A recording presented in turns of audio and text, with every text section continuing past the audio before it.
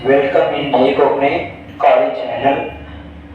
सो देखो, हमने 11th science का केमिस्ट्री, बराबर ना, केमिस्ट्री का कौन सा लेसन देखा है बच्चों, ये चालू किया है, जिसका नाम है क्या है बच्चों, 14th वाला basic principles of organic chemistry. Correct.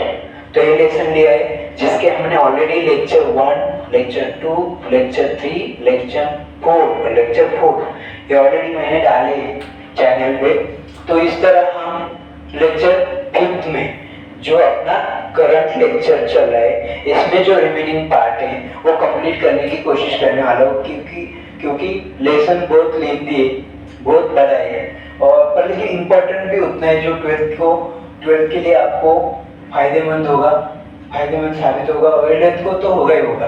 और बहुत सारे कॉलेज के यूनिट टेस्ट या फर्स्ट टर्म में ये लेसन है, इसलिए हमने पहले से स्टार्ट किया। तो चलो, अब तक देखी गई जो कंसेप्ट है, अब तक देखी गई कंसेप्ट कौन सी बच्चों, यूपैक ने, करेक्ट, कौन सी है, यूपैक नोमेनक्लेचर। अभी उसमें यूपैक के बहुत सारे टाइप्स थे, तो उसमें हम आज देखने वाले IUPAC nomenclature system of substituted benzene. पहले तो ये समझना है बेंजीन क्या होता है। करेक्ट। ये जो स्ट्रक्चर है बेंजीन का है, पहले इसमें डबल बॉन्ड ट्रिपल बॉन्ड भी होंगे, sorry double bond single bond भी होंगे। ये double bond single bond, double bond single bond, double bond single bond, तो इसे हम बोलते हैं, क्या बोलते हैं बच्चों, बेंजीन। करेक्ट ना। तो ये बेंजीन है, उसको सब्स्टिट्यूएंट होंगे। तो सब्स्टिट्यूएंट कौन से कहाँ पे होंगे, पहले तो पता है बेंजीन 6 कार्बन का होता है, 1 2 3 4 5 6। तो पहला सब्स्टिट्यूएंट कौन सा कंसीडर करना है, अगर कोई नहीं होगा तो इसको मानो जहां से शुरू होगा ना, जहां जिस कार्बन को सब्स्टिट्यूएंट होगा पहले, उसको सब्स्टिट्यूएंट कार्बन जो होगा उसको फर्स्ट कार्बन बोलो, नंबरिंग दे दो। अगर फंक्शनल ग्रुप बहुत सारे होंगे, है ना बच्चों, फंक्शनल ग्रुप बहुत सारे होंगे, तो उसमें जो प्रायोरिटी ऑर्डर है, हमारी प्रायोरिटी ऑर्डर ऑलरेडी हमने लास्ट लेक्चर में देखी है। करेक्ट ना। तो प्रायोरिटी ऑर्डर के हिसाब से भी हम क्या कर सकते हैं बच्चों, देख सकते हैं। चलो, तो प्रायोरिटी ऑर्डर एक बार रिवाइज करता हूं मैं। ये देखो, प्रायोरिटी ऑर्डर है हमारी, इसके हिसाब से जो बेंजीन को सब्स्टिट्यूएंट होगा उसको प्रायोरिटी फर्स्ट देनी। जैसे एसिड है, सल्फोनिक एसिड है, ईस्टर है, एसिड क्लोराइड है, अमाइड है, साइनाइड है, एल्डिहाइड है, कीटोनिक है, अल्कोहल है, अमाइन है, अल्किन है और अल्काइन है। इसमें से जो पहले आता है, अगर उस बेंजीन को सब्स्टिट्यूएंट होगा तो इसका मतलब क्या होगा बच्चों, उसको फर्स्ट प्रायोरिटी देनी। क्या करना है बच्चों, फर्स्ट प्रायोरिटी देनी। ओके। तो हे बेंजीन का हुआ, और सब्स्टिट्यूएंट क्या होता है वो पता है आपको, यानी मैंने बताया। देखो, हे बेंजीन है, करेक्ट ना, और इसको ये क्या है, क्लोरीन ग्रुप क्या है, और बेंजीन का स्ट्रक्चर है, डबल बॉन्ड मत भूलना, क्योंकि वही तो उसकी खासियत है। क्योंकि हमने देखा है साइक्लिक होना खाली बेंजीन नहीं होता, तो उसमें alternative double bond single bond होने चाहिए, उसको बोलेंगे हम एरोमेटिक। क्या बोलेंगे हम, एरोमेटिक। तो वो चीज है बेंजीन की। ओके। देन सेकेंड बेंजीन में क्या हुआ है बच्चों, ये NO2 ग्रुप ऐड हुआ है, NO2, उसको बोलेंगे नाइट्रो ग्रुप। तीसरे ग्रुप में ब्रोमीन है, करेक्ट ना। तो ये जो ग्रुप 17 है, जिसका नाम है हैलोजन, करेक्ट ना, है ना बच्चों, हैलोजन है। तो हैलोजन किस में शो किए जाते हैं बच्चों, X, कैपिटल X। और हैलोजन कौन से होते हैं, क्लोरीन, ब्रोमीन, आयोडीन। करेक्ट ना। तो ये चीजें समझ लेनी बहुत इंपॉर्टेंट है। तो इसमें क्या करना है बच्चों, ये जो क्लोरीन है वहां पे ब्रोमीन है, तो एक ही सब्स्टिट्यूएंट है, तीनों में क्या है, तीनों में छोड़ो, पांचों में एक ही सब्स्टिट्यूएंट है, करेक्ट ना। तो एक सब्स्टिट्यूएंट जिस नंबर पे सब्स्टिट्यूएंट होगा उसको एक नंबर देना है, ओके। अभी 2 नंबर किसको आएंगे, दोनों साइड से जाएंगे बच्चों, तो सेम ही होगा, यहाँ से आओ यहाँ से आओ, नॉर्मली हम यहाँ से जाते क्लॉकवाइज, इसलिए 2 1 2 3 4 5 6 ये नंबरिंग होगी। तो अगर इसके अलावा कोई और सब्स्टिट्यूएंट होगा तो ऑब्वियसली उसका नंबरिंग देके हम उसका नोमेनक्लेचर कर सकते हैं। लेकिन ज्यादातर हमने देखा है हेलोजन होगा या अल्कोक्सी होगा, और अमाइन जैसे जो अमाइन अल्कोक्सी और हेलोजन ये होंगे, तो उसको प्रीफिक्स में डालना है बच्चों।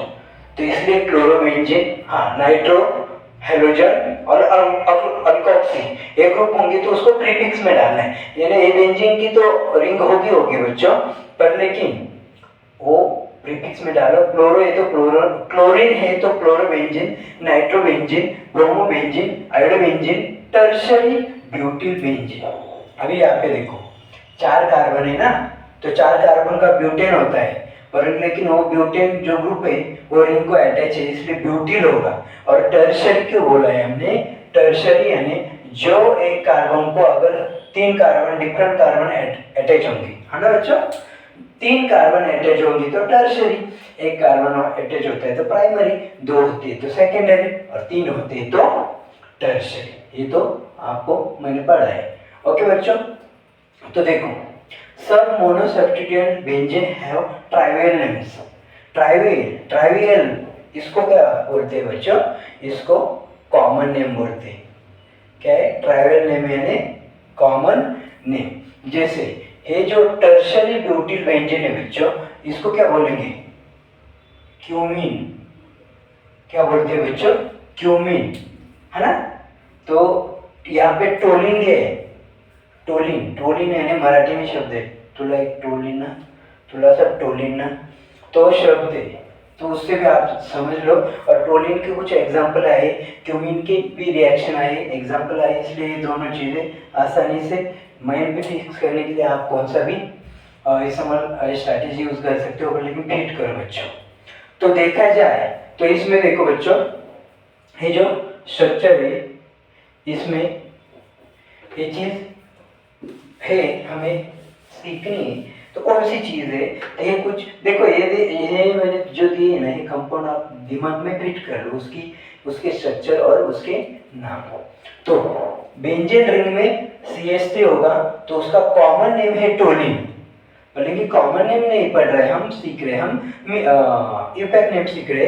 तो ये कौन सा ग्रुप है, एक कार्बन वाला मीथेन, और मीथेन अटैच होगा तो होता है मिथाइल, और ये रिंग को बोलते हैं हम बेंजीन। तो क्या हुआ, मिथिल बेंजीन, ओके। NH2 क्या होता है, अमीनो, यानी अमाइन होता है, अमाइन। पर लेकिन जो अमाइन सब्स्टिट्यूएंट होगा, तो यानी सब्स्टिट्यूएंट करके एक्ट होगा तो उसको अमीनो बोलेंगे, तो होगा अमीनो बेंजीन, बल्कि कॉमन नेम है एनिलीन। अगर रिंग को OH ग्रुप होगा तो बोलेंगे हाइड्रोक्सी बेंजीन, लेकिन कॉमन नेम है फिनॉल, करेक्ट। ए CH3 अल्केन और ऑक्सीजन के साथ होगा तो अल्कोक्सी, क्या होता है, अल्कोक्सी। तो एक कार्बन वाला है इसलिए अल्कोक्सी की जगह मिथॉक्सी आएगा, करेक्ट ना। और रिंग को बेंजीन बोलते हैं, उसके हिसाब से बेंजीन आएगा, बोले इसका कॉमन नेम है।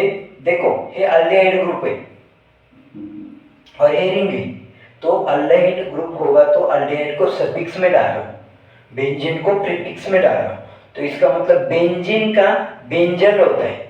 देखो हाँ बच्चों, अगर बेंजीन लास्ट में लिखे तो बेंजीन रहता है, लेकिन पहले लिखो तो वो बेंजल बनता है, बेंजल।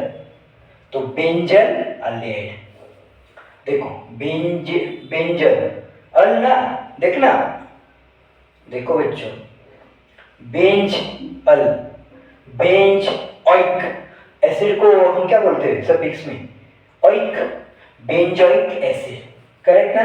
बहुत आसान है बच्चों, ये नाम फिट करना बहुत ही आसान है। तो इसके हिसाब से आप अगर देखोगे तो ये आसानी से आपके माइंड में फिट हो जाएगा। तो इसमें कॉमन नेम की बात आई तो ये जो मिथॉक्सी व्यंजन है उस मिथॉक्सी व्यंजन को हम कॉमन नेम में भी याद कर सकते हैं। और ये जो याद करने की जरूरत है उसके लिए क्या माइंड में फिट करना है, एनी सोल यानी मिथॉक्सी व्यंजन होगा तो एनी सोल ये नाम क्या है, कॉमन नेम। इसको कॉमन नेम को अनदर नेम क्या है, ट्राइवियल नेम। ट्राइवियल नेम और कॉमन नेम के हिसाब से किसका नाम एनी सोल है, तो मिथॉक्सी व्यंजन का, करेक्ट ना। पर लेकिन यहाँ पे देखो, अगर बेंजीन रिंग होगी और अल्कीन सब्स्टिट्यूएंट जो होंगे वो लार्जर देन होंगी, यानी 7 और मोर कार्बन एटम्स होंगे कंपाउंड में, तो कैसे लिखेंगे, जैसे यहाँ पे देखो ये बेंजीन रिंग है, इसको कितने कार्बन है, 3 4 5 6 7, करेक्ट ना। 7 कार्बन वाला कौन होता है, हेप्टेन, करेक्ट है। पर लेकिन अभी बेंजीन है ना, समझ में आ रहा है, हंस क्यों रहा हूं मैं, क्योंकि बच्चे यही कंफ्यूजन करते, बच्चों को समझ में नहीं आता तो बच्चे क्या करते, छोड़ देते हैं, यार ये से ये केमिस्ट्री ना, यार ये केमिकल लोचा है सब, ये समझ में नहीं आता। तो डरना नहीं ना, आप कंफ्यूजन करते हो। आज आप दोनों का डिफरेंस अच्छे से समझ नहीं सकते या समझने की कोशिश नहीं करते, इसलिए कंफ्यूजन होता है, आप छोड़ देते हो और फिर केमिस्ट्री में मार खाते हो, उसका इम्पैक्ट आपके रिजल्ट के ऊपर या आपके करियर के ऊपर भी आता है, पड़ता है।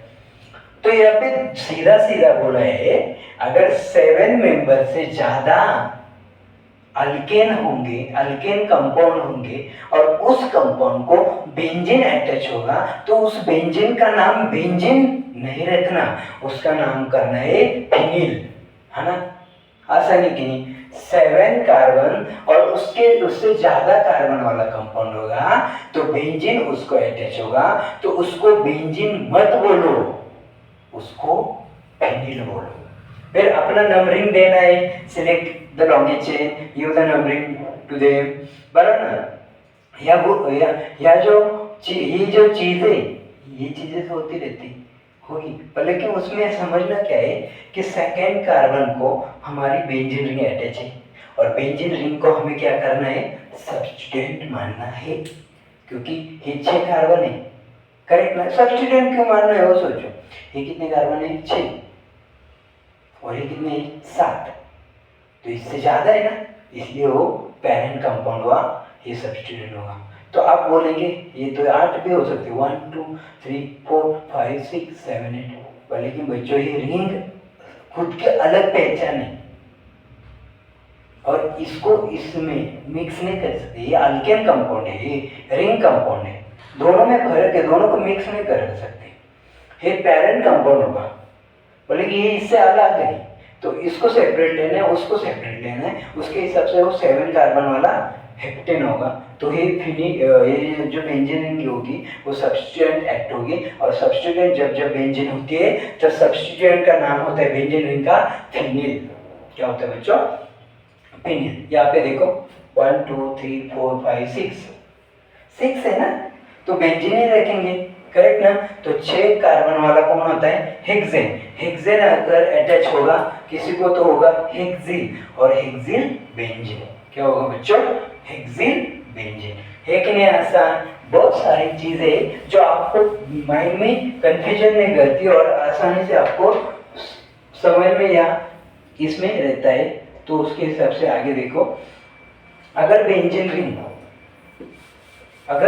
रिंग सब्स्टिट्यूएंट को करके एक्ट होती है और इसके अलावा भी ये जो सब्स्टिट्यूएंट बेंजीन रिंग में हमने क्या देखा है अभी, ये जो बेंजीन रिंग है ये अगर 7 और मोर देन 7 कार्बन या अल्केन कंपाउंड के साथ होगी तो बेंजीन रिंग सब्स्टिट्यूएंट होती है, ये तो समझाया मैंने अभी, राइटिंग का छोड़ दो, वर्ड पे ध्यान दो, वर्डिंग पे। पर लेकिन इसके अलावा भी बेंजीन सब्स्टिट्यूएंट हो सकती है। तो यहाँ पे देखो 1 2 3 तीन ही कार्बन है, तीन ही कार्बन का अल्केन होते हुए भी यहाँ पे बेंजीन सब्स्टिट्यूएंट है। क्यों बच्चों? क्योंकि यहाँ पे फंक्शनल ग्रुप है और जिसमें फंक्शनल ग्रुप होगा वो मोर स्ट्रॉन्ग होगा। तो ये तीन कार्बन वाला प्रोपेन फंक्शनल ग्रुप की वजह से बेंजीन रिंग को, 6 कार्बन वाले बेंजीन रिंग को भी सब्स्टिट्यूएंट बनाता है। ओके, तो उसके हिसाब से अभी नंबरिंग तो यहाँ से देंगे, क्यों? क्लोरीन फंक्शनल ग्रुप यहाँ से, इसलिए इसको 1 आएगा, 2 3 आएगा, तो 1 क्लोरो, करेक्ट ना? और 3 नंबर पे बेंजीन है, और बेंजीन अगर सब्स्टिट्यूएंट होता है तो उसको क्या बोलते हैं? फिनिल। तो क्या आएगा? 3 फिनिल प्रोपेन, करेक्ट ना? अभी यहाँ पे भी वही चीज है, सब्स्टिट्यूएंट है और इसका नाम क्या है? एक कार्बन का मिथिल, मिथिल को OH अटैच होता है तो मिथिल OH ग्रुप को हम सफिक्स में डालते हैं तो मिथीन का मिथेनॉल होगा और 1 बेंजिल, ये देखो फिनिल मिथेनॉल और बेंजिल अल्कोहल, ये कॉमन नेम है, ट्राइवल नेम है, उसके हिसाब से उसको ध्यान में रख सकते हैं और ये यूपैक नेम है। ओके, यहाँ पे देखो ये ग्रुप कौन सा है? 1 कीटोनिक ग्रुप है और कीटोनिक ग्रुप है और 1 कार्बन को क्या है? फिनिल रिंग है, तो इसका मतलब इसका नाम होगा 1 phenyl ethanol, 1 phenyl ethanol. Okay,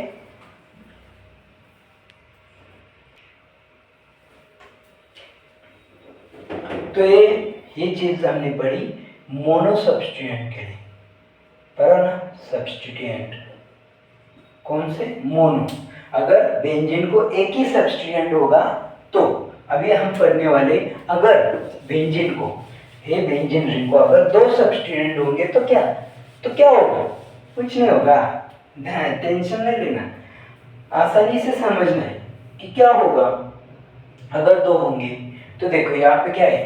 2 chlorine है, तो 1 नंबर 2 नंबर पे क्लोरीन है और क्लोरीन का क्या होता है? देखो हेलोजन, पता है हेलोजन एक्स में शो करते हैं और हेलोजन ये जो होता है वो प्रीफिक्स में लेती है और प्रीफिक्स में हेलोजन का होता है हेलो, तो क्लोरीन का होगा क्लोरो, ब्रोमीन का होगा ब्रोमो, आयोडीन का होगा आयोडीन। सिंपल है ना?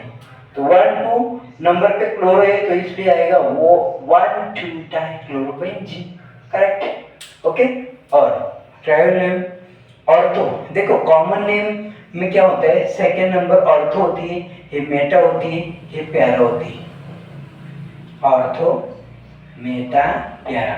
वैसे ऑर्थो के सामने ऑर्थो, मेटा के सामने मेटा, ये कॉमन नेम की सिस्टम है। और यूपैक नेम की सिस्टम नंबरिंग होती है 1 2 3 4 5 6, तो उसके हिसाब से नाम देना है। देखो 1 4 डाइक्लोरोबेंजीन, 1 3 क्लोरो डाइक्लोरोबेंजीन। ओके, है कि नहीं आसान? तो डरने वाली बात ही नहीं बच्चों।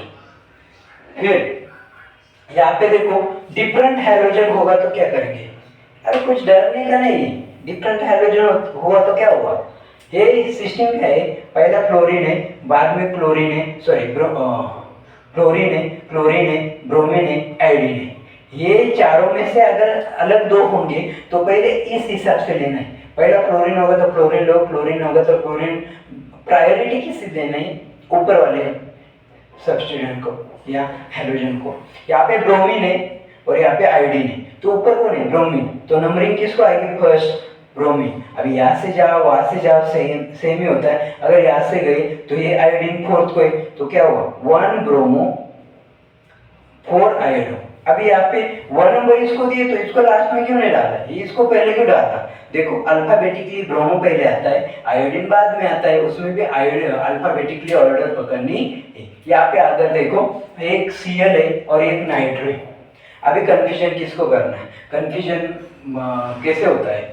देखो देखा जाए तो अगर हमने ये जो प्रायोरिटी ऑर्डर देखी उसमें क्लोरीन को हमें प्रेफरेंस देना है हेलोजन को, तो इसलिए उसका नंबरिंग हेलोजन को पहले दो, बाद में नाइट्रो, तो 1 2 3 4 5 6, 3 को नाइट्रो है, 1 को क्लोरो है। अभी दोनों में पहले कौन आता है? को क्लोरो सी या नाइट्रो N, तो क्लोरो, इसलिए आया 1 क्लोरो 3 नाइट्रोबेंजीन, करेक्ट ना। और कॉमन नेम मेटा होगा, तो मेटा का छोड़कर अभी यूपैक नेम ले रहे हैं, पर लेकिन ऑर्थो मेटा पैरा क्या होता है वो समझना जरूरी है, इसलिए मैंने बताया। तो यहाँ पे देखो 1 नंबर इसको दी अमाइन, क्योंकि प्रायोरिटी में अमाइन पहले आता है हेलोजन से, इसलिए 1 अमाइन के कार्बन वाले अमाइन जिस कार्बन को अटैच है उसको हमने रेफरेंस दिया 1 नंबर का, इसलिए 2 क्लोरो एनिलीन। ऐसा क्यों? एनिलीन तो ए जो है अल्फाबेटिकली पहले आता है, उसको पहले देना चाहिए था।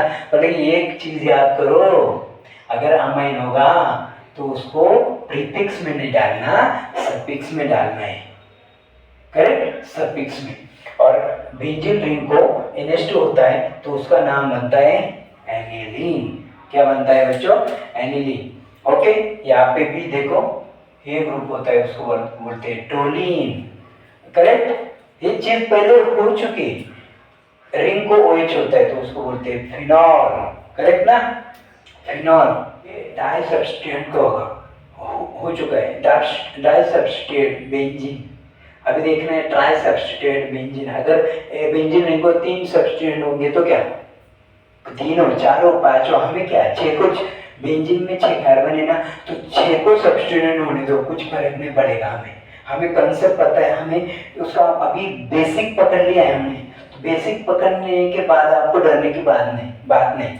तो तीनों ब्रोमीन है, कैसे भी शुरुआत करो, तीनों ही सब्स्टिट्यूएंट से में, तो अगर किसी से भी शुरुआत करेंगे तो भी फर्क नहीं पड़ेगा। तो अगर यहाँ से शुरुआत की 1 2 3 4, अभी हाँ एक चीज है, यहाँ से नहीं जा सकते, क्यों? क्योंकि इसके बाद 2 नंबर के कार्बन को सब्स्टिट्यूएंट है, पर यहाँ पे डायरेक्टली चौथे पे, तो नंबरिंग ऐसे आनी चाहिए। यहाँ पे क्लोरो को नाइट्रो को, दोनों में से क्लोरो को मोर प्रायोरिटी देनी है, तो उसको 1 नंबर बोलेंगे।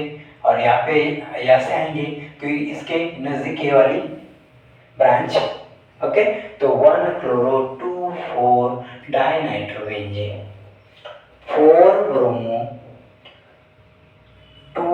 1 2 di methyl benzene, 2 chloro 1 methyl 4 nitrobenzene, correct. इसमें देखो मिथिल होगा तो उसको प्रायोरिटी दी, क्योंकि अल्केन को हेलोजन और नाइट्रो से ज़्यादा प्रायोरिटी होती है।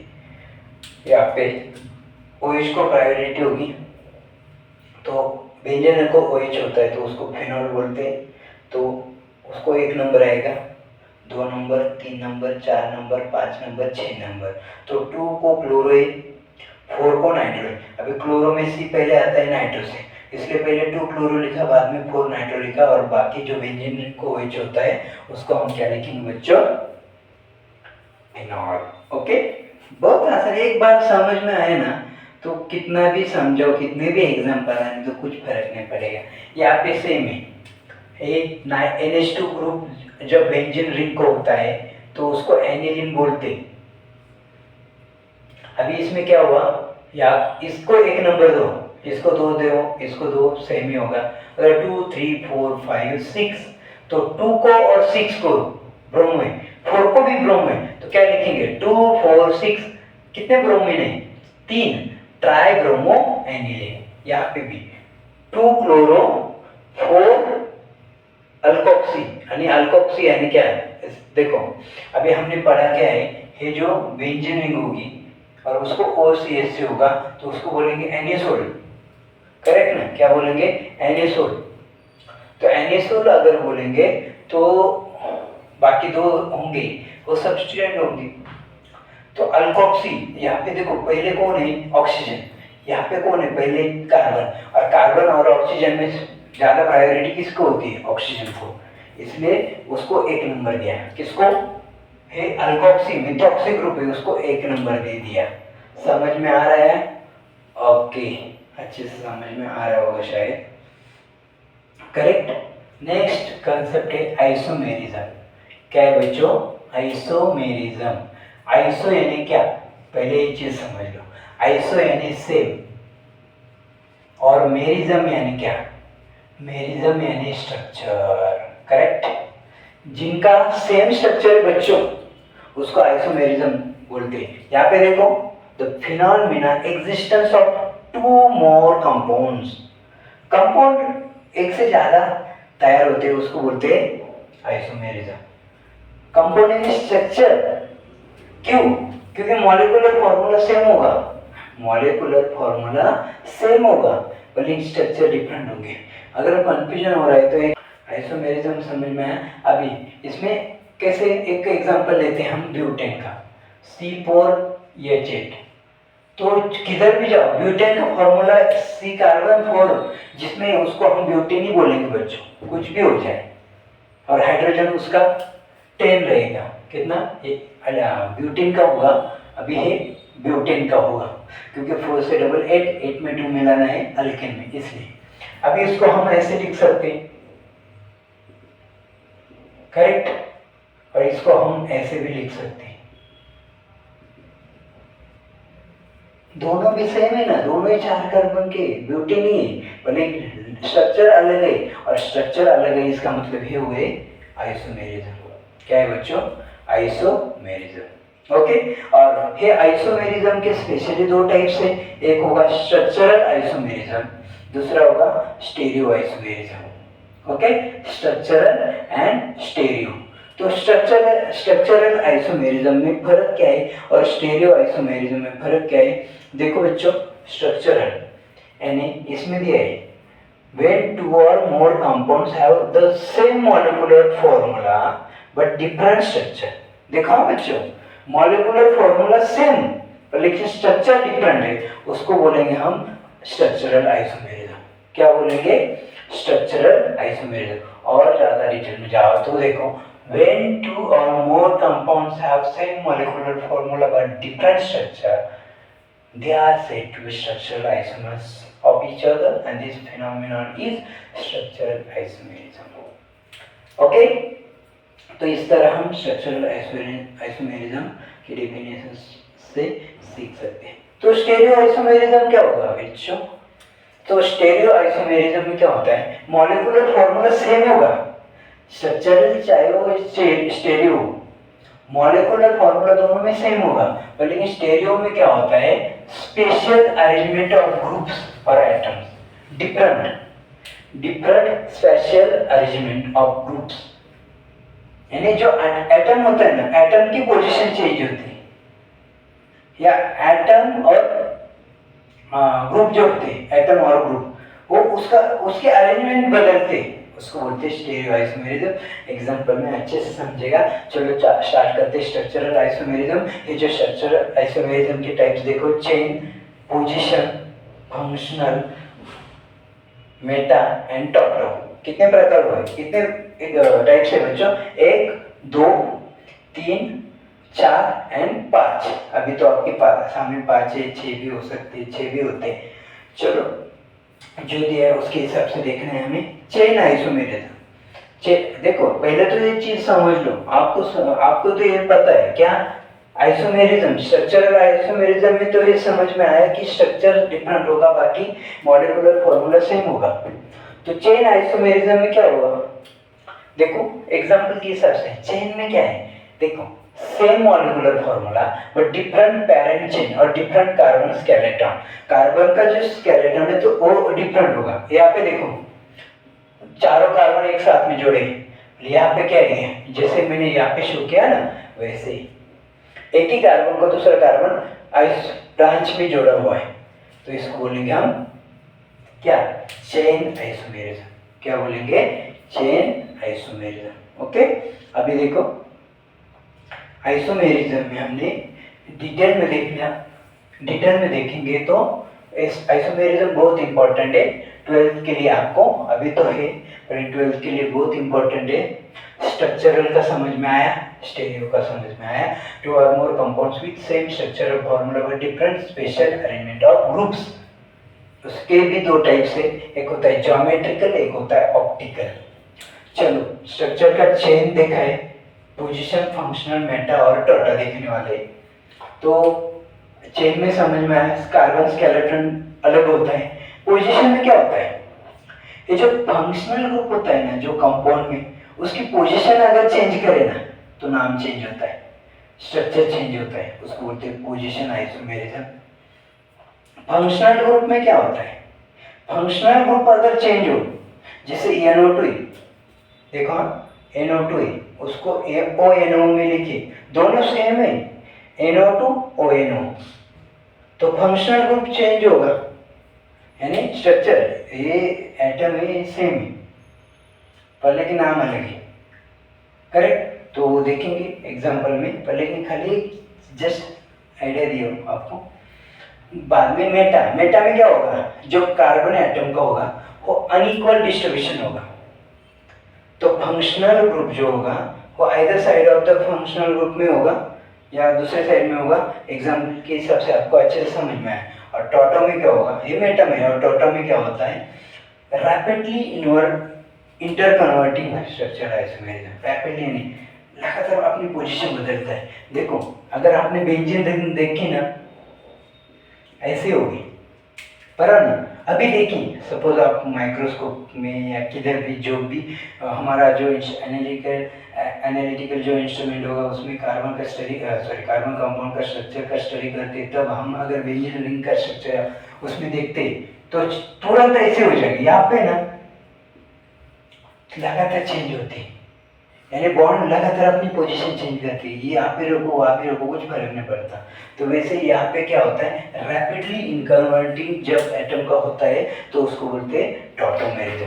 क्या बोलते हैं बच्चों, टॉटोमेरिज्म। ओके, तो देखो अभी नेक्स्ट चेन का हो चुका हमारा, अभी पोजीशन में क्या है बेहतर बताए, यहाँ पे डबल बॉन्ड, यहाँ पे इस कंपाउंड में डबल बॉन्ड यहाँ पे, यानी यहाँ पे देखो 2 नंबर के बाद, 2 नंबर वाले कार्बन के बाद है, यहाँ पे 1 वाले कार्बन के बाद है, तो डबल बॉन्ड की पोजीशन चेंज हुई, स्ट्रक्चर डिफरेंट, वह आपके सामने स्ट्रक्चर डिफरेंट, और स्ट्रक्चर डिफरेंट इसका मतलब नाम भी डिफरेंट, ये हुआ ब्यूट 2 इन, ये हुआ ब्यूट 1 इन।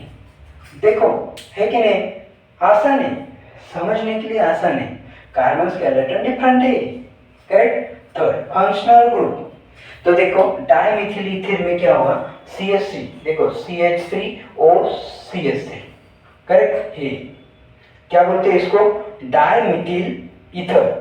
अगर वही ऑक्सीजन की पोजीशन अगर हम चेंज कर ले तो ये ऐसे भी लिख सकते हैं, इसको ईथर बोलते हैं। कौन सा फंक्शनल ग्रुप है, ईथर, और ये कौन सा फंक्शनल ग्रुप है, अल्कोहल। अरे डिफरेंट फंक्शनल ग्रुप है ना, इसका मतलब स्ट्रक्चर डिफरेंट और फॉर्मूला, मॉलिक्यूलर फॉर्मूला सेम, क्या है C2H6O, मॉलिक्यूलर फॉर्मूला सेम, पर लेकिन एक स्ट्रक्चर में ईथर कंपाउंड मिलता है, एक स्ट्रक्चर में अल्कोहल होता है, इसलिए उसको बोलेंगे functional group isomerism. Okay, functional group isomerism.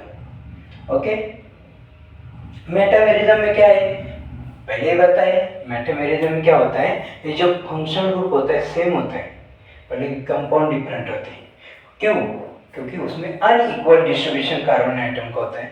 यहाँ पे देखो 1 2 3 4 कार्बन के बिटवीन एक ऑक्सीजन है, और यहाँ में सेकंड में क्या है, एक देखो इस तरह एक ऑक्सीजन, इधर 2 कार्बन, इधर 2 कार्बन, इसको बोलेंगे 2 कार्बन वाला इथिल है, तो डाई इथिल ईथर, यानी 2 कार्बन के बिटवीन ऑक्सीजन आता है उसको बोलते हैं ईथर। तो 2 कार्बन के बिटवीन एक ऑक्सीजन आया इसको बोलेंगे ईथर। पर लेकिन इसको अगर ऐसे लिखे तो भी चलता है, एक ऑक्सीजन के एक साइड में 3 कार्बन है, दूसरे साइड में 1 है, अनइक्वल डिस्ट्रीब्यूशन और कार्बन का, molecular formula same but structure different हुआ और उसका नेम भी चेंज हुआ, इसको बोलेंगे हम मेटामेरिज्म। और टोटामेरिज्म में क्या होता है, जब कंपाउंड मिक्सचर ऑफ 2 और more structurally distinct molecule which are rapidly invert equilibrium with, देखो अगर कोई भी कंपाउंड में oxygen carbon oxygen double bond होगा उसको बोलेंगे कीटो फॉर्म, बोलेंगे कार्बन ऑक्सीजन हाइड्रोजन यानी अल्कोहल, या तो इसको बोलेंगे इनॉल।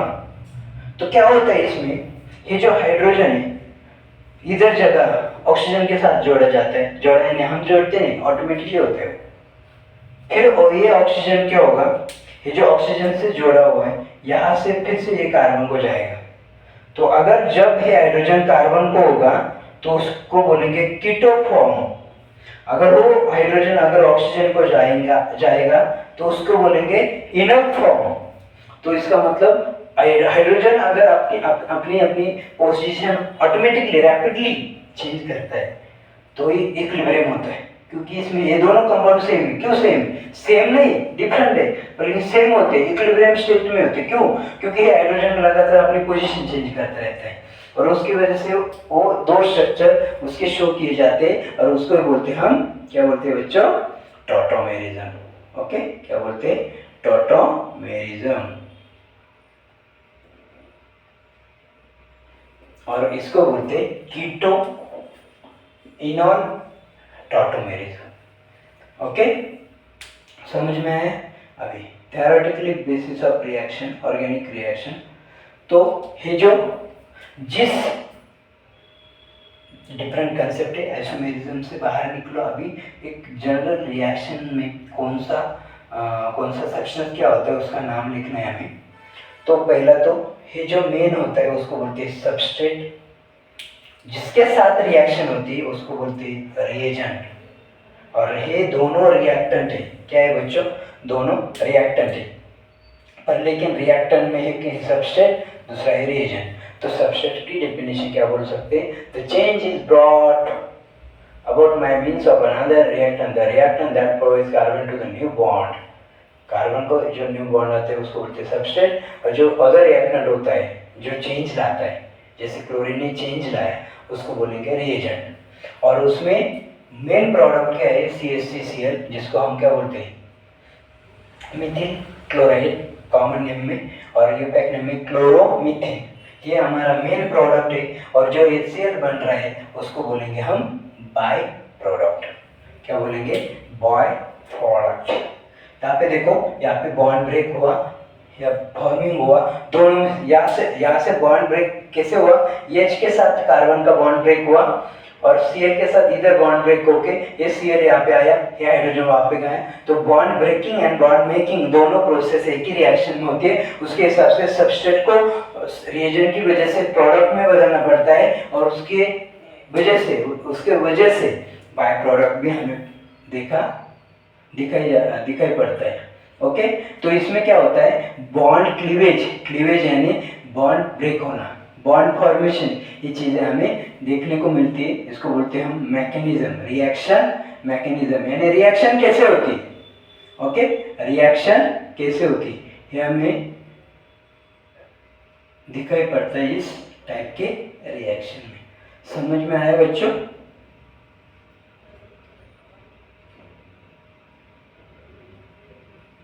देखो, क्लीवेज होना क्या? क्लीवेज यानी जब बॉन्ड जो होता है वो ब्रेक होता है। कौन सा बॉन्ड? Covalent bond. तो ये क्लीवेज, इसको बोलते हैं क्लीवेज। तो ये क्लीवेज जो होता है कोवैलेंट बॉन्ड का, ये दो टाइप से होता है। एक होता है होमोलाइटिक या होमोलाइटिक, और दूसरा होता है हेटेरोलाइटिक। तो दोनों में फर्क क्या है? पहले तो होमोलाइटिक पढ़ो। होमोलाइटिक क्लीवेज क्या होता है? अगर दोनों का देखो, हाँ, movement of single electron is represent by half headed curve. देखो, हाँ, एक इलेक्ट्रॉन अगर मूव होता है तो हाफ एरो का दो होता है ना, एक ही होता है, तो हाफ हेडेड कर्व होता है, उसको बोलते हैं होमोलाइटिक। ओके, तो इसका मतलब फ्री रेडिकल। देखो, यहाँ पे एक इलेक्ट्रॉन गया, यहाँ पे दूसरा इलेक्ट्रॉन गया, तो ये डॉट जो शो कर रहे हैं ना हम ए और बी के, जो भी रिएक्टेंट जो भी प्रोडक्ट है, तो उसको बोलेंगे होमोलाइटिक। दोनों का एक एक इलेक्ट्रॉन गया। इसमें देखो CH3Cl, यहाँ पे एक इलेक्ट्रॉन गया, यहाँ पे इलेक्ट्रॉन गया है। और अभी ये जो डॉट आएंगे ना उसको क्या बोलेंगे बच्चों? रेडिकल। जैसे मिथिल फ्री रेडिकल, एक कार्बन वाला मीथेन होता है, बोलेंगे एक बॉन्ड कम है, उसकी वजह से मिथिल होगा। और ये जो रेडिकल है फ्री क्यों? क्योंकि वो आसानी से किसी और के साथ रिएक्शन कर सकता है, रिएक्ट हो सकता है, इसलिए उसको बोलते हैं मिथिल फ्री रेडिकल। और यहाँ पे क्लोरीन रेडिकल है जिसका नाम है क्लोरीन रेडिकल और उसको बोलते हैं क्लोरीन एटम। इसको ये जो टाइप होता है ये क्या होता है, होमोलाइटिक फिशन बच्चों, क्या होमोलाइटिक फिशन। तो होमोलाइटिक फिशन कैसे हो सकता है, देखो ये जो कार्बन है, कार्बन 3 हाइड्रोजन है और एक पी ऑर्बिटल है, करेक्ट ना। तो इसमें होता है ये मिथिल फ्री रेडिकल का शेप है। अगर इसमें टाइप्स देखी जाए तो ये sp2 हाइब्रिडाइज है, और टाइप देखे जाए फ्री रेडिकल के, अल्किल फ्री रेडिकल के, तो एक है प्राइमरी, सेकेंडरी, टर्शियरी, ऑलरेडी हमें पता है। तो एक कार्बन को 3 कार्बन होंगे तो उसको बोलेंगे हम टर्शियरी, एक कार्बन को 2 कार्बन होंगे तो सेकेंडरी, जिसका अनदर नेम है आइसोप्रोपिल। कैसे, देखो इसके साथ एक बॉन्ड आ जाएगा, इसके साथ इधर बॉन्ड आएगा, आइसो होगा, और ये होगा सेकेंडरी और ये होगा प्राइमरी। मिथिल फ्री रेडिकल इसको बोलेंगे इथिल फ्री रेडिकल। तो प्राइमरी, टर्शियरी समझ लो, सेकेंडरी, और ये इथिल, 2 कार्बन है ना, और एक कार्बन को रेडिकल है तो इसको बोलेंगे इथिल फ्री रेडिकल। तो होमो तो समझ में आए, हेटेरो क्या है, हेटेरो आसान है ना, अगर दोनों को इक्वली इलेक्ट्रॉन जाते तो उसको होमो बोलेंगे। तो इलेक्ट्रॉन अगर एक ही साइड में जाएंगे, देखो यहाँ पे दोनों भी इलेक्ट्रॉन एक ही साइड में गए, अभी एक को नहीं गए, बी को क्यों गए, ज़्यादातर सेकेंड जो कंपाउंड होता है वो पॉजिटिव होता है या निगेटिव होता है, तो इलेक्ट्रॉन यहाँ पे जाएंगे तो इसको निगेटिव बोलेंगे, इसको पॉजिटिव बोलेंगे। यानी एक ही एटम को 2 इलेक्ट्रॉन गए उसको बोलेंगे हम हेटेरोलाइटिक, क्या, हेटेरोलाइटिक फिशन। और B is more electronegative than A। समझ में आया बच्चों, इलेक्ट्रॉन B की तरह क्यों गए, तरफ क्यों गए, क्योंकि B का इलेक्ट्रोनेगेटिविटी जो है वो A से ज़्यादा है, इसकी वजह से। समझ में आया। तो heterolysis, heterolytic bond, fission generate, carbon ion, ये सब चीज़ें वही हमें देखी जाती है।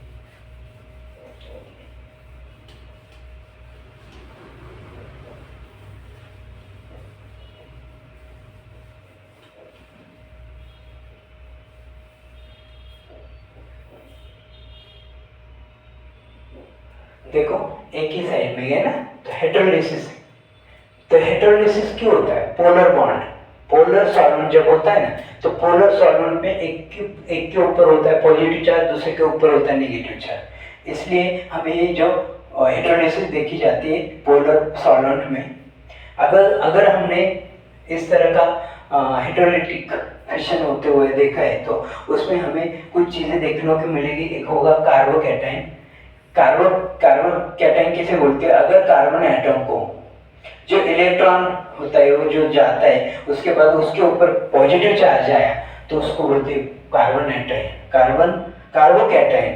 और कार्बोकैटायन में सबसे देखो स्टेबिलिटी किसकी होगी, टर्शियरी की, then CH3CH, CH3, then CH3, CH2, CH3। ऐसा क्यों, देखो 4 कार्बन, 3 कार्बन, 2 कार्बन, 1 कार्बन, ऐसा क्यों, 4 कार्बन वाला कैटायन, कार्बोकैटायन स्टेबल क्यों है, क्योंकि देखो बच्चों ये जो मिथिल ग्रुप है ये इलेक्ट्रो इंडक्टिव शो करता है, इंडक्टिव इफेक्ट। तो ये इंडक्टिव इफेक्ट क्या होता है, तो ये मिथिल ग्रुप होता है, अल्किल ग्रुप होता है, उसके पास इलेक्ट्रॉन डेंसिटी बहुत ज्यादा होती है। तो इलेक्ट्रॉन डेंसिटी बहुत ज्यादा होने से ये जो अल्किल ग्रुप होते हैं वो कार्बोकैटायन को क्या करते हैं, इलेक्ट्रॉन सप्लाई करते हैं, और इलेक्ट्रॉन सप्लाई करने की वजह से इसके ऊपर पॉजिटिव चार्ज है उसको इलेक्ट्रॉन की जरूरत होती है, लेकिन ये जो साइड में उसको अटैच वाले जो अल्किल ग्रुप है उसको इलेक्ट्रॉन डेंसिटी सप्लाई करने की वजह से उसको इलेक्ट्रॉन की कमतरता या कमी महसूस नहीं होती, इसकी वजह से वो स्टेबल रहता है। पर लेकिन इधर देखा जाए तो ये जो एक ही कार्बन है वो उसके ऊपर पॉजिटिव चार्ज होगा तो अनकंफर्टेबल होगा, अनस्टेबल होगा, उसकी वजह से वो किसी न किसी के साथ रिएक्शन करेगा। तो जो रिएक्शन करेगा, जो रिएक्ट होगा वो स्टेबल नहीं होता, वो अनस्टेबल होता है। इसकी वजह से carbocation more stable than single carbon an methyl cation और कार्बोकैटायन ओनली। और कार्बन एनायन सेकंड चीज कौन सी होती है, जिसके अगर सपोज ये जो मिथिल ग्रुप है इसकी इलेक्ट्रोनेगेटिविटी ऐसा ग्रुप है जिससे ज़्यादा है तो एरो यहाँ पे आएगा, इसका मतलब कार्बन के ऊपर निगेटिव चार्ज आएगा। इसका मतलब क्या होगा, Z is more electropositive than C. जैसे मेटल होगा और कार्बन होगा तो उसमें क्या होता है, कार्बन के ऊपर निगेटिव चार्ज आता है क्योंकि मेटल के ऊपर हमेशा पॉजिटिव चार्ज होता है। तो ऐसी चीजों में कार्बन के ऊपर निगेटिव चार्ज आएगा और कार्बन के ऊपर निगेटिव चार्ज आने इसका मतलब वो एनायन बनता है और उसको बोलते हैं हम कार्बो एनायन। क्या बोलते हैं बच्चों, कार्बो एनायन। तो देखो ये कुछ टेबल है, कैन यू टेल, तो उसमें देखो ये हाइड्रोलिसिस से कार्बो एनायन तैयार हुआ। इसमें क्या होगा, ये कंप्लीट करना है आपको। अगर दिक्कत है तो कंप्लीट करके दिखाओ बच्चों, अगर नहीं होगा तो मैं हूँ, हम हैं, तो हम आपके लिए बैठे तो हम आपको सॉल्व करके देंगे। अभी सबस्ट्रेट तो हुआ, अभी रिएजेंट क्या है बच्चों, पहले तो समझो। रिएजेंट जो रिएक्टर में या सबस्ट्रेट में चेंज लाता है उसको बोलते हैं रिएजेंट। रिएजेंट दो टाइप के होते हैं, पोलर ऑर्गेनिक रिएक्शन। पोलर यानी क्या, उसमें दो टाइप होते हैं, एक होता है इलेक्ट्रोफाइल जिसके ऊपर पॉजिटिव चार्ज होता है, दूसरा होता है न्यूक्लियोफाइल जिसके ऊपर निगेटिव चार्ज होता है। देखो ये चीज, इलेक्ट्रोफाइल जिसके ऊपर पॉजिटिव चार्ज है, न्यूक्लियोफाइल जिसके ऊपर निगेटिव चार्ज है, यानी लोन पेयर हो सकती है, कुछ भी हो सकते हैं। देखो यहाँ पे इलेक्ट्रोपॉजिटिव है, बराबर ना। और दूसरा होता है इलेक्ट्रोफिलिक सेंटर, यानी जिसके ऊपर पॉजिटिव चार्ज होगा, जो इलेक्ट्रॉन डेफिशिएंट का एटम होगा, जिसको इलेक्ट्रॉन की जरूरत है, उसके पास इलेक्ट्रॉन कम है, वो सेंटर को बोलेंगे इलेक्ट्रोफिलिक सेंटर। और न्यूक्लियोफिलिक सेंटर कौन होगा, जिसके ऊपर इलेक्ट्रॉन रिच, जो इलेक्ट्रॉन रिच एटम होगा ना, जिसके पास बहुत इलेक्ट्रॉन है, उसको बोलेंगे हम न्यूक्लियोफिलिक सेंटर। जैसे NH3 अमोनिया है, उसके ऊपर लोन पेयर होते हैं और लोन पेयर की वजह से उसके पास इलेक्ट्रॉन ज़्यादा होते, इलेक्ट्रॉन रिच कंपाउंड होने की वजह से वो BF3, जिसके पास इलेक्ट्रॉन कम होते उसके ऊपर अटैक कर सकता है। ऐसे में इलेक्ट्रोफिलिक सेंटर और न्यूक्लियोफिलिक सेंटर की रिएक्शन होती है। ओके, तो न्यूक्लियोफिलिक सेंटर जनरेट कैसे होता है बच्चों, जिसका कारण है इंडक्टिव इफेक्ट। तो इंडक्टिव इफेक्ट या इलेक्ट्रोफिलिक जो इंडक्टिव इफेक्ट होता है वो टेम्परेरी होता है। ओके, और इलेक्ट्रॉनिक इफेक्ट, अभी इंडक्टिव इफेक्ट क्या है वो देखना है। नहीं,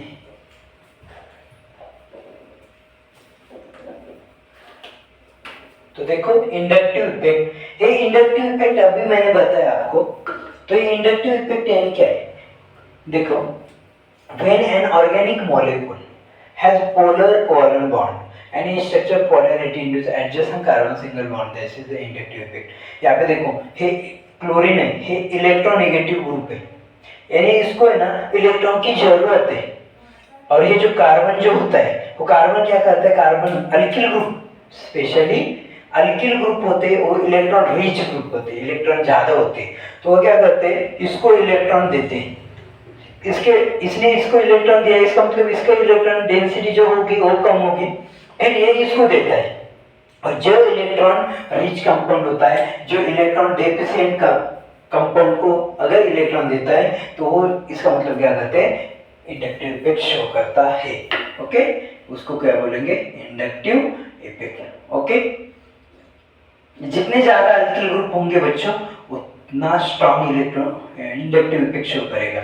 यहाँ पे देखो इस क्लोरीन को इलेक्ट्रॉन रिच डेफिशिएंट का क्लोरीन एटम है, तो ये इसको देगा, ये इसको देगा, ऐसे करके एक दूसरे को देते रहते। जितने ज्यादा इलेक्ट्रॉन या जितने ज्यादा इलेक्ट्रॉन रिच कंपाउंड होंगे या जितने ज्यादा अल्किल ग्रुप होंगे उतना ज्यादा वो इंडक्टिव इफेक्ट शो करेगा। और इसलिए इसकी एक सीरीज है, देखो NO2 CN COH COR करो ना, ये माइनस आई, अभी इसमें क्या हुआ, प्लस आई माइनस आई, ऐसे दो टाइप से। तो ये माइनस आई यानी क्या है, माइनस आई, इसका मतलब क्या होगा, प्लस आई। इंडक्टिव इफेक्ट शो करेंगे ये तो पता है, पर लेकिन इलेक्ट्रॉन रिलीजिंग इंडक्टिव इफेक्ट, इसमें क्या होता है, रिलीजिंग यानी इलेक्ट्रॉन जो देता है उसको बोलते हैं हम प्लस आई, और इलेक्ट्रॉन जो लेता है वो बोलते हैं उसको माइनस आई। माइनस यानी इलेक्ट्रॉन डेंसिटी लेना, प्लस आई इलेक्ट्रॉन डेंसिटी देना। करेक्ट। सेकेंड कंसेप्ट है रेजोनेंस स्ट्रक्चर। क्या होता है रेजोनेंस स्ट्रक्चर? रेजोनेंस स्ट्रक्चर कब बनता है ये भी चीज समझो। जैसे हमने देखा है बेंजीन रिंग होगी, उसमें क्या होता है, एक double bond single bond, double bond single bond. तो उसमें क्या होता है, ये जो यहाँ पे डबल बॉन्ड है इसका मतलब इलेक्ट्रॉन ज्यादा है, इधर कम है, तो ये डबल बॉन्ड इधर जाएगा, ये इधर आएगा, ये इधर आएगा। तो ये डबल बॉन्ड कंटिन्यूअसली लोकलाइज होते हैं, डीलोकलाइज होते हैं, यानी एक जैसे single bond carbon carbon double bond single bond double bond. तो इस तरह ही ऐसा बनता है। एक्चुअली ऐसा होता है, डबल बॉन्ड एक ही जगह पे हम शो ही नहीं कर सकते क्योंकि वो स्टेबल होता ही नहीं। एक्चुअली एक्सपेक्टेशन हमारा ये होता है, पर ऑब्जर्वेशन में हमें ये पाया जाता है क्योंकि उसमें रेजोनेंस इफेक्ट होता है। यानी इसका मतलब क्या होगा, जो डबल बॉन्ड जो इलेक्ट्रॉन डेंसिटी होती है कंटिन्यूसली मूव होती है और उसको बोलते हैं कंजुगेटेड सिस्टम। और ये कब होता है, जब बच्चों उसमें पाई बॉन्ड होता है। और पाई बॉन्ड कैसे होता है, अल्टरनेटिव। अल्टरनेटिव यानी सिंगल बॉन्ड के बाद डबल बॉन्ड, डबल बॉन्ड के बाद सिंगल बॉन्ड। और रेजोनेंस जो हाइब्रिड होता है, हाइब्रिड यानी इसको बोलते हैं हम रेजोनेंस जिसमें होता है उसको बोलते हैं हाइब्रिड स्ट्रक्चर। और ऐसे रेजोनेंस हाइब्रिड जो होते हैं मोर स्टेबल होते हैं क्योंकि इसको एनर्जी, ये जो एनर्जी होती है रेजोनेंस एनर्जी होती है मोर स्टेबल इसलिए होते हैं क्योंकि वो इलेक्ट्रॉन इंटरनली मूव करते रहते हैं, उसकी वजह से उसको बोलते हैं स्टेबल स्ट्रक्चर होते हैं। Okay, then resonance effect. तो रेजोनेंस इफेक्ट हमने देखा, जैसे इंडक्टिव इफेक्ट हमने आई में शो किया था, वैसे रेजोनेंस इफेक्ट हम आर में शो करेंगे। और रेजोनेंस इफेक्ट का दूसरा नाम है मेसोमेरिक इफेक्ट, जिसकी डेफिनेशन है polarity produced in the molecule by the interaction between conjugated bye bond. Pi bond यानी कि अल्टरनेटिव जब उसका होता है उसको बोलते हैं कंजुगेटिव पाई बॉन्ड। ओके, और पॉजिटिव रेजोनेंस इफेक्ट यानी प्लस आर क्या होता है, क्या होगा बच्चों, जो पाई बॉन्ड जिस तरह मूव करते हैं। देखो NH2 ग्रुप है, NH2 ग्रुप के पास लोन पेयर है तो बेंजीन रिंग को दे रहा है, इसका मतलब NH2 क्या शो कर रहा है, प्लस आर इफेक्ट। क्यों? क्योंकि उसके इलेक्ट्रॉन यहाँ तो ये एनिलीन है ना, तो नाइट्रोजन है ना, अमाइन ग्रुप अगर बेंजीन रिंग को इलेक्ट्रॉन डेंसिटी देता है तो हमेशा उसके पास डेंसिटी कम रहेगी, बेंजीन की बढ़ेगी नहीं, ये कंटिन्यूसली मूव होता रहेगा। ये जो लोन पेयर है ना कंटिन्यूसली फिर से जहाँ से निकला है वही फिर से आएगा, उसको बोलते हैं प्लस आर इफेक्ट। और माइनस आर इफेक्ट कौन शो करता है, COH acid, CHO aldehyde, COCN NO2 COOR। यानी इस माइनस आर इफेक्ट क्यों, क्योंकि वो इलेक्ट्रॉन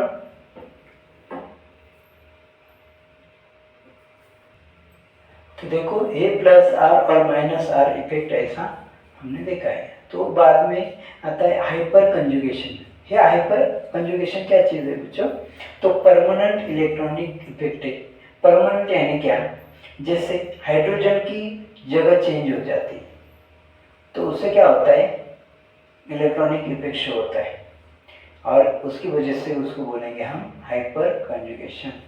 तो कैसे, देखो यहाँ पे कार्बन है जिसके पास पॉजिटिव चार्ज होगा और यहाँ पे जो एम्प्टी ऑर्बिटल जो होता है कार्बन का एम्प्टी, और यहाँ पे फुल फिल्ड है, उसके बाद यहाँ पे हाइड्रोजन है ना, तो उससे क्या होगा, उसको क्या है, फुल फिल्ड है कार्बन।